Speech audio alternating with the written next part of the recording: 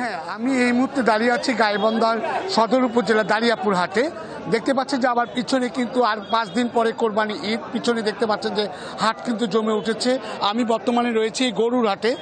দেখতে পাচ্ছেন যে আমার পিছনে এই গরুর হাটের কর্তৃপক্ষের সাথে আমি যেটা কথা বলে জানতে পারছি, এখানে প্রায় 5 থেকে 6 হাজার গরু আমদানি হয়েছে।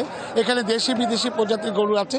হাটে এটা যেহেতু গাইবান্ধা সদর উপজেলার পাশে কামারজানি হাট রয়েছে, এই চরের মধ্যে আপনার হচ্ছে চর থেকেও কিন্তু দেশি গরু আসছে। তো আমি এখন কথা বলবো যে এই দারিয়াপুর হাটের ইজারাদার কর্তৃপক্ষে, তার সাথে স্বাধীন মিয়ার সাথে আমি জানতে চাই যে আসলে এই হাটের অবস্থা কি, গরু কেমন উঠেছে, বেচাকেনা কেমন, গতবারের চেয়ে এবার কেমন। নগদে 500 টাকা বা তার বেশি পেমেন্টে পেতে পারেন ঢাকায় জমিসহ 20 কোটি টাকার পুরস্কার।